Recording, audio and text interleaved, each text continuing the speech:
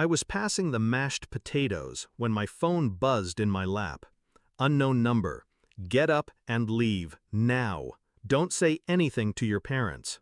No punctuation, no explanation, just cold urgency. My heart stuttered. I looked around the table. Dad was refilling Mom's wine. My sister was laughing at something my husband said. I stood up. Bathroom, I mumbled, sliding my phone into my pocket. I walked out the front door instead. 3 minutes later, the police knocked. It wasn't supposed to go like this. I married Nathan 6 years ago. He was quiet, gentle, smart in a disarming way. The kind of man my father trusted with bank codes. The kind of man who could talk my mother down from her manic spirals. He made himself indispensable. To them, to me. I thought I'd found safety. But safety is a funny thing. It can be manufactured, engineered, like him. The first time I saw behind the curtain, it was small. He'd lied about where he was, said he was working late, but I found a receipt from a gas station 2 towns over. Midnight. He said he needed air, that he'd been anxious. I let it go. But I started watching. There were calls he answered in whispers, documents he closed too fast, passwords he changed overnight. Then came the estate folder, tucked behind the filing cabinet. My parents' signatures forged. On property transfer papers. To him. I didn't confront him, not yet. I played dumb, cooked dinner, kissed his cheek, listened to him rehearse lies like they were lullabies. Meanwhile, I copied everything, scanned the documents, tracked his messages. He wasn't just stealing from my parents, he was laundering. Their savings, our family home, even my mother's antique jewelry, disappearing into shell accounts.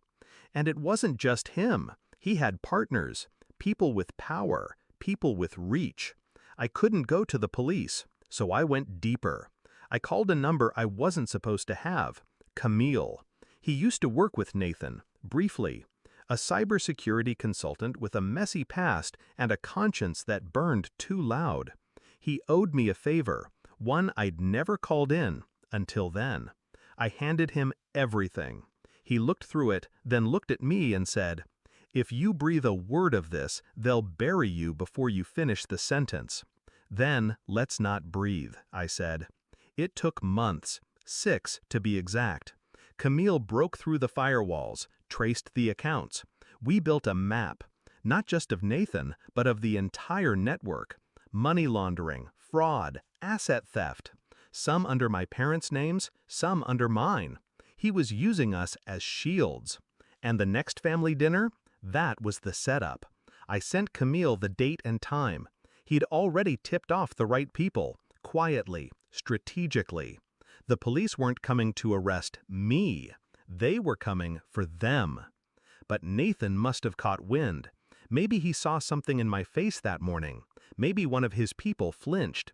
Because just before the knock came, Camille texted me, "Get up and leave, now." So I did. I watched from across the street. They answered the door all smiles. Then confusion. Then panic.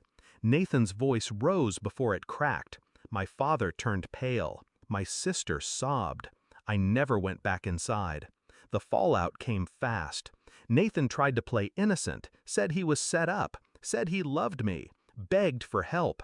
I sent him one thing, a photo of the forged signature, with my wedding ring on top of it. Then I blocked him.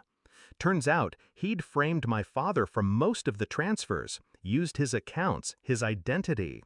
If I hadn't pulled the thread when I did, my dad would have gone to prison. Camille made sure the truth surfaced, quietly. An internal investigation cleared my family, barely. Nathan, he pled out, 15 years. His partners scattered, some vanished, some were indicted. Now? Now I sleep with the windows open again. I take long walks with my mom. My father still hasn't forgiven himself, but I have. Because guilt is only useful when it changes you. And me, I changed. I learned how to watch the shadows, how to speak in silence, how to burn a man's world down with nothing but proof and patience. Nathan thought he could eat with my family and rob them blind. He forgot one thing. I was raised at that table too, and I was watching.